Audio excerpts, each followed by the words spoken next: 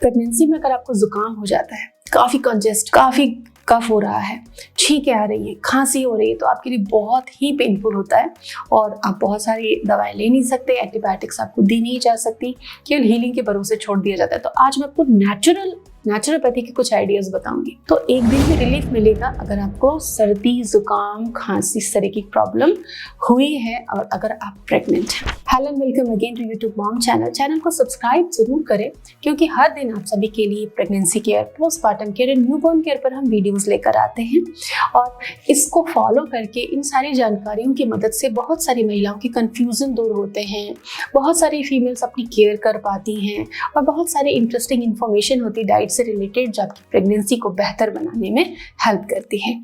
Friends, pregnancy में जुकाम होना तो वाकई बहुत ज़्यादा पेनफुल होता है। खांसी आए अगर आपको बार बार, तो आपको कितना घबराहट होगा कि कहीं पेट पे ज़्यादा दबाव तो नहीं पड़ रहा। कई बार यूरिन लीक भी हो जाता है। अब ऐसी कंडीशन के अंदर हमको जल्दी से जल्दी रिलीफ चाहिए होता है, पर करें क्या यही नहीं पता चलता कि करें क्या। तो आइए हम समझते हैं कि आपको क्या करना है। सबसे पहले आपको अपना खाना देखना है। खाने में कोई भी खट्टी चीज़, कोई भी तेल वाली, जैसे पराठे हो गए या बहुत ऑयली सब्जी हो गई या दाल में तड़का लगा बहुत ऑयल डाला, ऐसी चीज़ें नहीं खानी। ऑयली, तीखा और खट्टा, इन 3 चीज़ों से आपको परहेज कर लेना है जब तक आप ठीक नहीं हो जाती, एटलीस्ट 5 डेज तक। तो फिर खाने में खाएं क्या? आप सूपी गर्मा गर्म दलिया ले सकते हैं, वेजिटेबल्स का सूप ले सकते हैं। इसके अलावा आप ग्रीन टी कंज्यूम कर सकते हैं। तो जब गर्म फूड आप खाते हो तो उसमें कुछ भाप होती, कुछ हीट होती, तो कंजेशन में, खांसी में बड़ा आराम मिलता है। तो अपना मील कोशिश करें कि गर्मा गर्म खाएं। बहुत कम मात्रा में अदरक और अजवाइन का यूज करें और अदरक अजवाइन की चाय भी आप पी सकते हैं। सिंपली 1 कप गरम पानी चाय की तरह सिप करके पीने से भी बहुत ज़्यादा आराम होता है। आप ट्राई करके देखें। ये सारे आइडियाज़ नेचुरल हैं, इनका कोई साइड इफेक्ट नहीं है। अगर आप किसी चीज़ से एलर्जिक हैं तो आप उसे अवॉइड कर सकते हैं। कई बार ऐसा होता है कि नाक बंद होती है, सांस लेने में बहुत तकलीफ होती है, मुंह से सांस लेते हैं और फिर बहुत घबराहट होती है और रात को नींद नहीं आती, ऐसे में बहुत परेशानी होती है। ऐसी कंडीशन में आप स्टीमर ले, स्टीमर में पानी भरें और स्टीमर के ऊपर कम से कम 3 मिनट तक आप भाप लें। जैसे ही आप स्टीम लेंगे, शुरू में आपको घबराहट होगी क्योंकि कंजेशन है।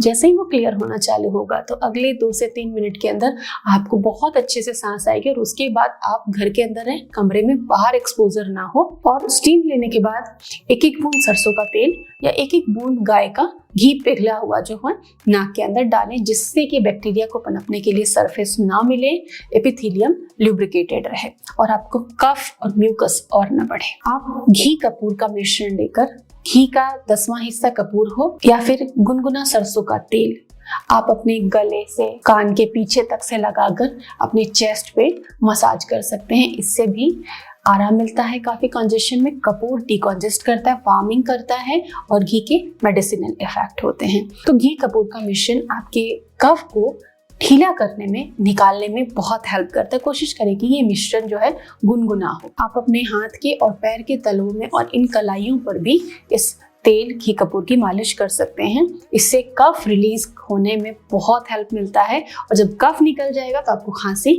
नहीं आएगी। तो ये कुछ टिप्स हैं, डाइट के तौर तरीके हैं, रहन सहन का तरीका है और कंजेशन निकालने का, कफ दूर करने का तरीका आप जरूर फॉलो करें। अगर आपके पास पास्चराइज्ड हनी है, क्योंकि प्रेगनेंसी में रॉ हनी जो अनपास्चराइज्ड है उसमें बैक्टीरिया होने का खतरा होता है, हार्मफुल ऑर्गेनिजम्स होते हैं, तो हम पास्चराइज्ड नेचुरल हनी अगर आपके पास है तो आप 1 चम्मच सुबह और 1 चम्मच शाम को कंज्यूम कर सकते हैं, क्योंकि ये भी इम्यूनिटी के लिए बहुत अच्छी होती हैं।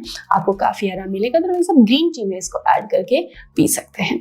तो जुकाम का पूरा इलाज हमने आपको बताया नेचुरल तरीके से। इवन सिंगल डे में आपको इससे आराम मिल सकता है। अगर आप प्रेग्नेंट हैं तो आपको बहुत जल्दी रिलीफ मिलेगा। Thanks for watching.